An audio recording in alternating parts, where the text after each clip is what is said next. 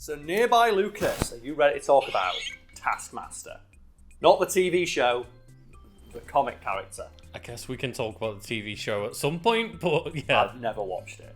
Okay, fair. I don't find it funny. So much better than you. You can't win. When someone sends you a clip and go, this is so funny. And they do that thing that I hate, which is they'll watch you watching the clip, and all you're doing in your head is you look down and you see that the clip is 15 minutes long, and you're like, no. And someone just sent me like they will make you like a 15-minute compilation of Taskmaster. I'm like, I don't know any of these people. I don't know what the gimmick is. I think that might be my favourite thing about TikTok, especially like, you know, before they implemented 10-minute videos, is someone sends you a TikTok, you know it's going to be at least fast, if not, you know, painful. And it's like that. I have the same thing with like Impractical Jokers, where I just don't find any of these people funny. And my friend's like, oh, but watch this half an hour long episode. Like, I don't find it funny. Yeah. And it's actually putting my teeth on edge trying to like do it. And that's the thing, I'm not saying it's bad, I'm saying I don't like it. Yeah, that's the thing, is like, because someone's like, oh, you don't like that. It's not about whether you like it or not. It's about like, you know, if you're gonna try and sell me on it, make sure it's just like a 2-minute funny clip that if I don't enjoy it, we can just move on. Anyway, Tony Masters, also known as the Taskmaster to his friends and enemies, is widely regarded as one of the single most threatening individuals in all of Marvel canon. She's, at least if you're like, you know, a street level hero. It's not like being the Beyonder or anything like that. But No, for sure, but the idea of his power set is absolutely terrifying. it is, yes, and like he can, like on a good day, beat up pretty much any street level hero, which is impressive when you consider he can't swim. And that's because of his powers as well. Because I see, it's not that he just can't swim; it's that his powers don't let him swim. No, this isn't One Piece. You can't just tell me he can't swim can't anymore. swim. Like, why?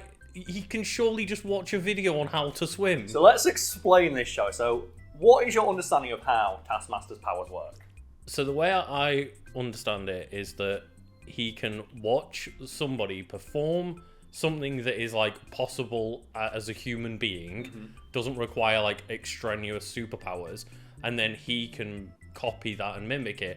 And that even works in the case of like watching videos or watching sped up videos. Yeah, so Taskmaster's powers are photographic reflexes, which is comic bullshit for anything he sees someone do, he can copy.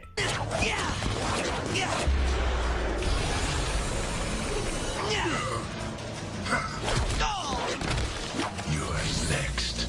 He's copying your moves, webhead!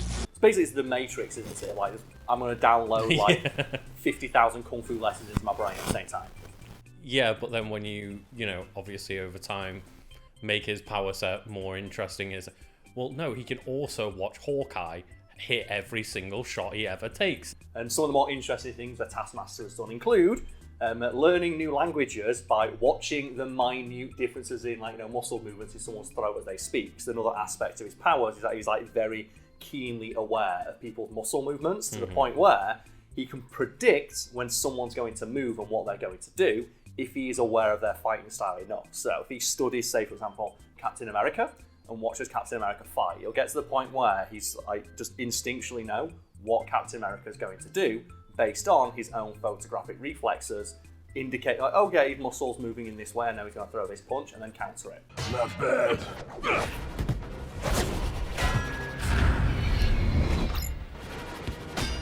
Wait a sec, the weight's off. What are you doing? Right, yeah, so he gets to the point where he's almost got like, not precognition, but can like figure out exactly what you're going to do based off like tiny little muscle twitches before you make your movements. You know, like involuntary movements that are completely impossible for someone to hide from you know, a keen observer, even if you are, say, Captain America or Wolverine. And because of this, the Taskmaster is known as being able to beat up anybody in one-on-one combat, provided he's able to, like, you know, study them beforehand. The one exception being Deadpool, who's so chaotic and unpredictable, Taskmaster can't figure out what he's going to do. With the You exception can't of his dodging. out-bullshit Deadpool, really, can you? Deadpool? Deadpool is here. What?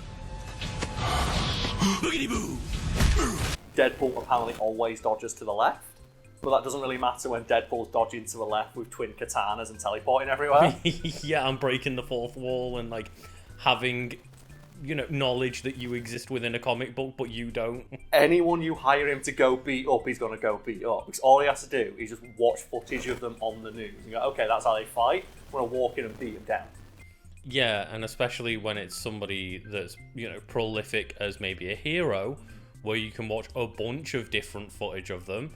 It's like, oh yeah, okay, as you say, like, data downloaded, got it. And it gets even scarier when you realise you can hire a Taskmaster to just go beat up any random person.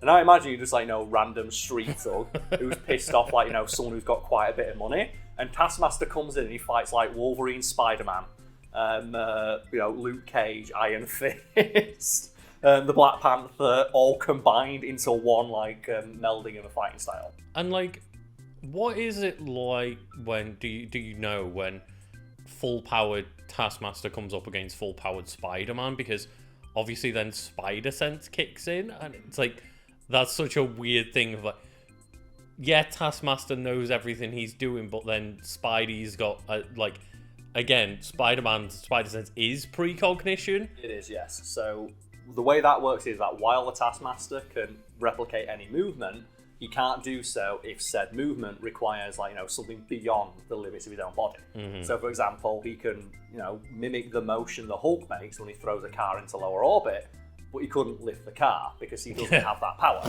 He could mimic the movement flawlessly, but he wouldn't be able to do that.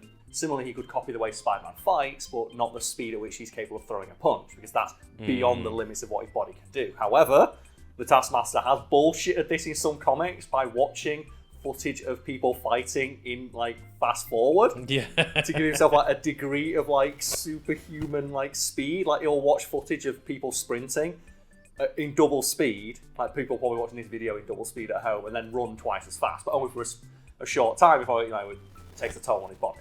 Yeah, and I do enjoy the fact that he also watches Spider-Man swing, and because Spider-Man has synthetic webs, it's in theory, he can swing like Spider-Man, and normally he just has, I think he has, ropes and stuff to swing off. And that's something else he does, because he's really rich, because loads of people pay him to go beat people up. He buys loads of, black market, shield tech to replicate the equipment of other superheroes, like the Daredevil Billy Club, Spider-Man's web swinging, and Hawkeye's bow and arrow, or Captain America's shield. And that makes him even scarier, because then you just have a dude rocking up who's 6 heroes in one. And I think my favourite part about him, though, is not that he can do all this. It's the costume that he wears. So what does Taskmaster look like in your head? He's kind of got, a bright orange cape, right? The hood, and then got the skeleton mask, and just kind of, very tactical looking armour. But you said orange, and do you know the in-canon explanation for why he looks like a jackass 90% of the time? I don't know. Branding. Oh, really? Yeah, so it is established in one comic where he gets asked of why are you walking around in a Halloween costume? Because he wears a Halloween mask, the big skull mask that he wears, and a brightly coloured cape, and it's why are you wearing that? And he's branding. When people see me on the news, I can put that's me. And apparently he hands out business cards when he's beating people up. He'll be on a mission, he'll kick the fuck out of someone dressed like this orange skeleton man, hand out business cards hire me. I just kick the ass out of the Avengers, hire me, and he'll leave. It really reminds me of the Hawkeye TV show where turn around, your problem is branding. Yeah. You've got no branding going on. Hey, look, that one's you. No, it's Katniss Everdeen. Let's go. Your problem is branding. No, my problem is you. You need to get some branding, and that's what he does. And it works because, if you just saw some dude on the news wearing, a tactical black outfit and military fatigues, beating up someone, okay, that's probably a mercenary. If you see a guy wearing, Hobgoblin's hood with Captain America's shield and a Halloween mask on in that thick Brooklyn accent that he has in, Ultimate Marvel vs. Capcom 3, screaming aim of Hawkeye! Kicking the fuck out of Spider-Man on the reg. You're gonna be I'm gonna hire that guy. Who is that? The Taskmaster. And he comes up with my business card, the Taskmaster.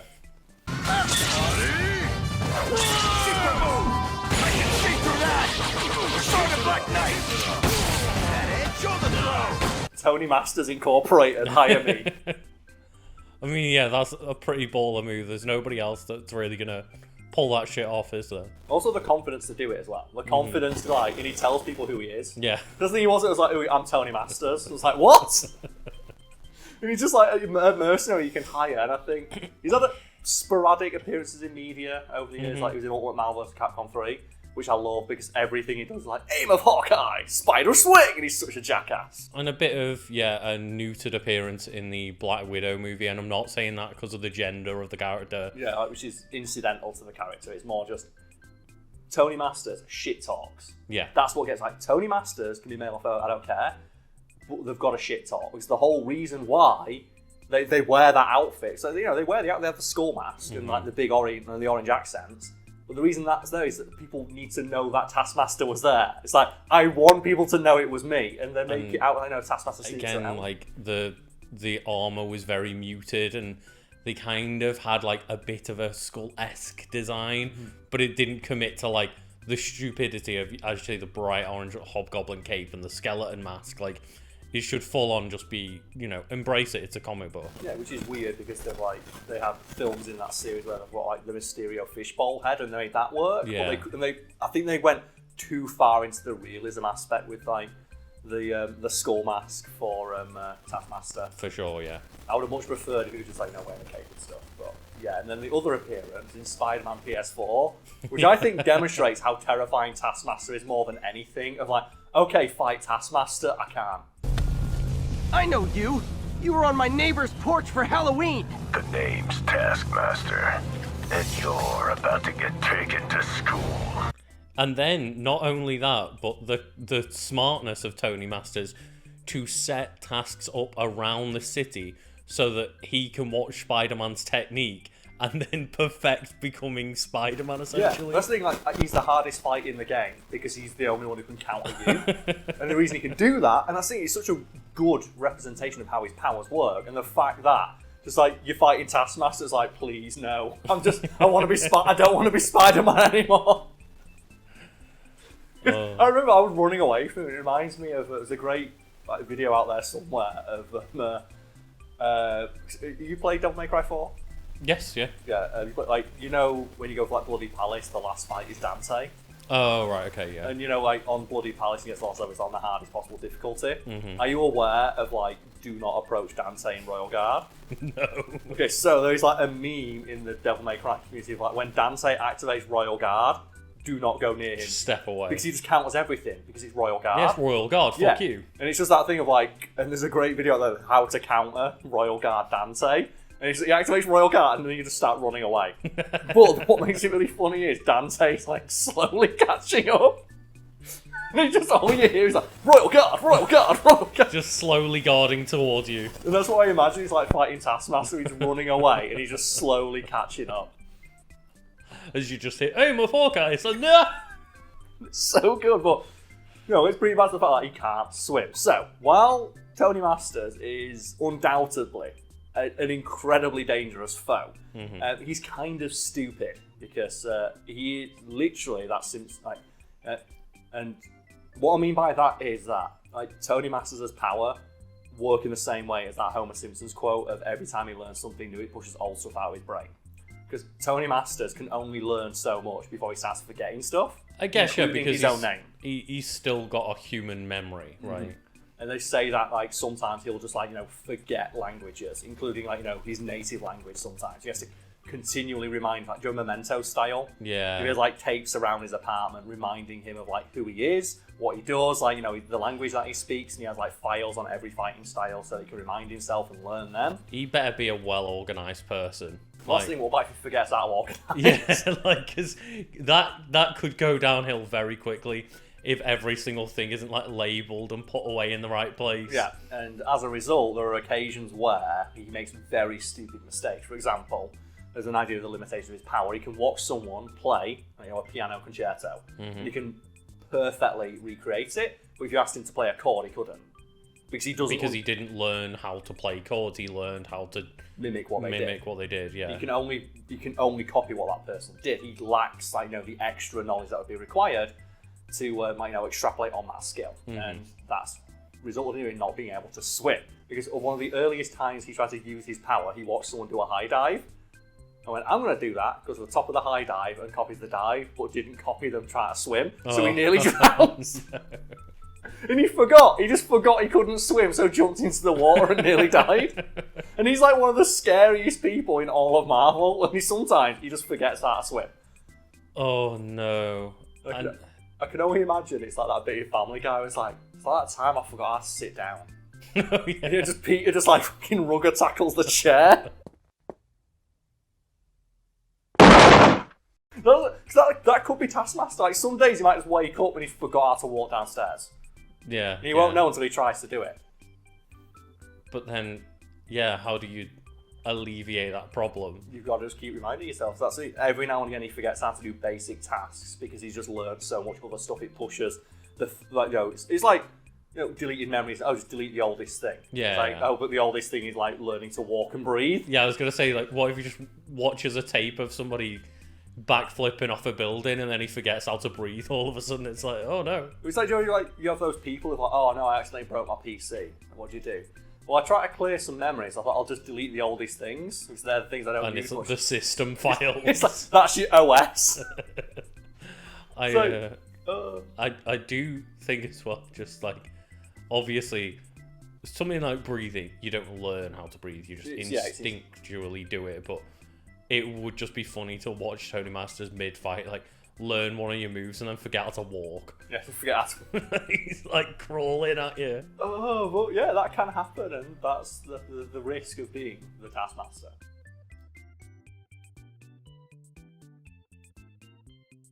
And today I'm wearing my Tony Masters tech. I've got, that bright orange stuff on to attract the eye. And if you'd like to get a shirt as cool as this, not this shirt, but a shirt that is as cool as this. Specifically a t-shirt. A t-shirt, yeah, not a... People will get it.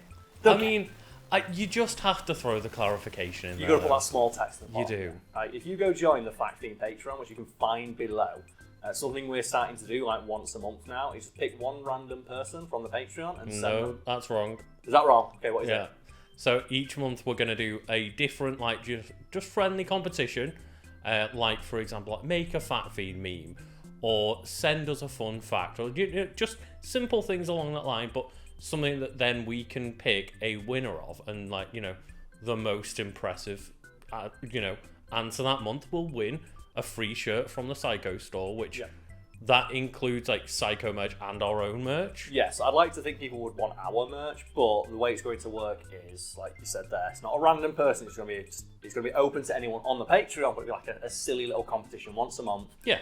We'll record ourselves, like, picking the winner, and then we'll send that person a voucher for anything they want from the Psycho store. Yeah, exactly. We want to make some fun content out of it, hence why we want to do, like, a little competition every month. So it's kind of a fun way to interact with people while also giving everyone a chance to, go out and win a free t-shirt. And I think it also helps, like, maybe they do want some Fat Fiend merch, but maybe, like, our dedicated fans already have Fat Fiend merch. You want to get some Psycho stuff, because they're always putting up new stuff. The Arcana line is super sick. My sister has all of them. Oh, right, yeah. Yeah, because I asked, they sent me some for Christmas, because they're real nice guys over at Psycho. So, yeah, like, I'm glad to help support them, and yeah, that'd be nice. But also, if you like this shirt, you want to see me wear an even double one, we've also, on the Patreon, now have a P.O. box, which I swore for years we'd never get. But I was like, fuck it, I don't care anymore. If you want to send us dumb shit in the mail, you can send us dumb shit in the mail. There's a link to the P.O. box in the Patreon as well. There is, yeah, and like we've put the P.O. box at the $5 tier just to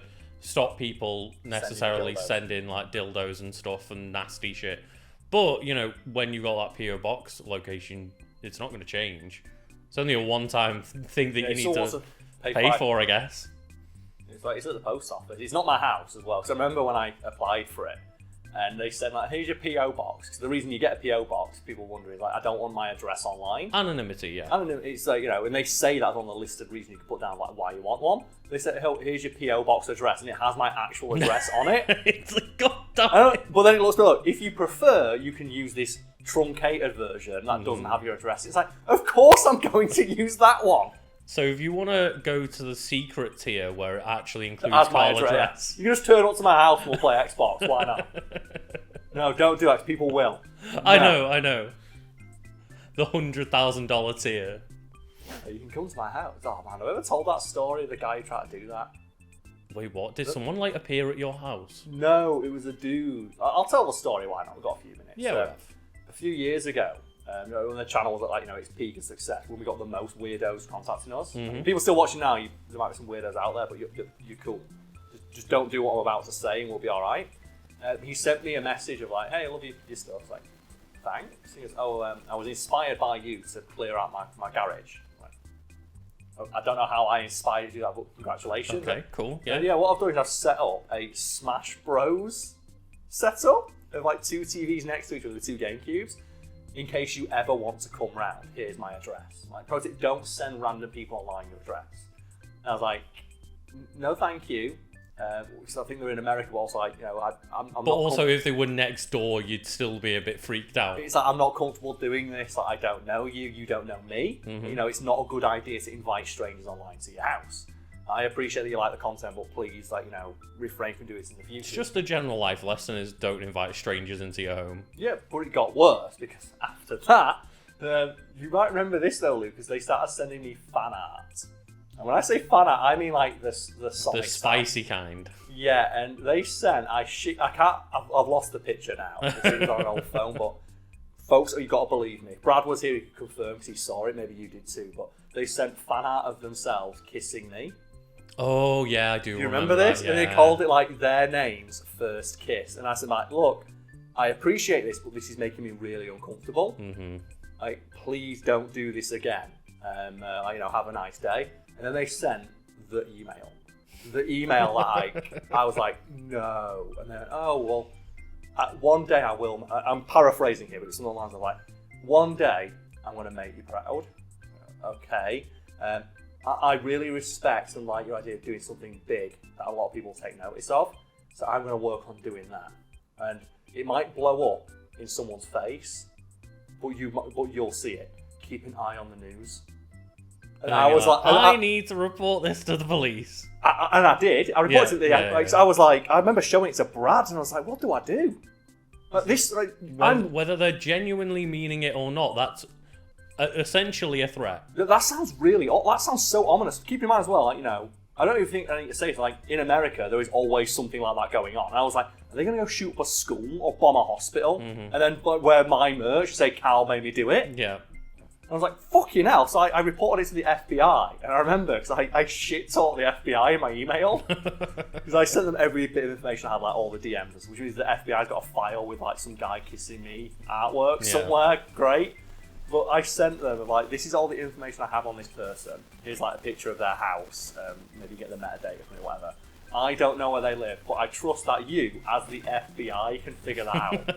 And I probably heard no more about it. And never heard that person. Hopefully it was just one of those things of like someone being a bit dumb and nothing was going to happen. Oh, they were just trying to But get you attention. always have to be safe with it.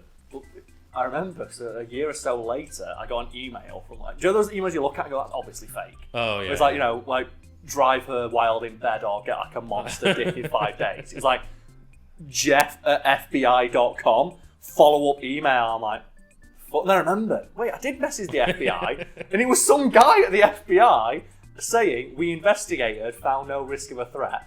Can we close this file? And I was like, yeah, I guess so. And it's like, cheers for helping. It's like, don't email me again. So that happened. That was terrifying. Yeah. I was like really scared for a few days with that because I was like genuinely worried this person would do something bad.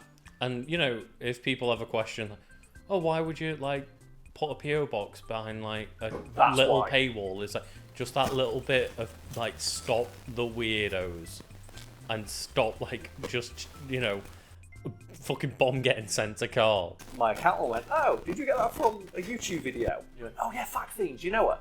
My accountant's like, well actually yeah, I'm his mate, I'm his accountant. And for the rest of the flight, that guy was just asking, I'm like, so, how do you know him? And then it culminated in him saying like, have you got his phone number? And he's like, well yeah, I've got his phone, he's my mate. He's like, can I get his phone number?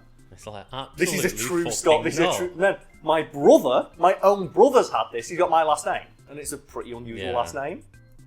Like my brother said at work once, someone called to him and went, is your brother Karl?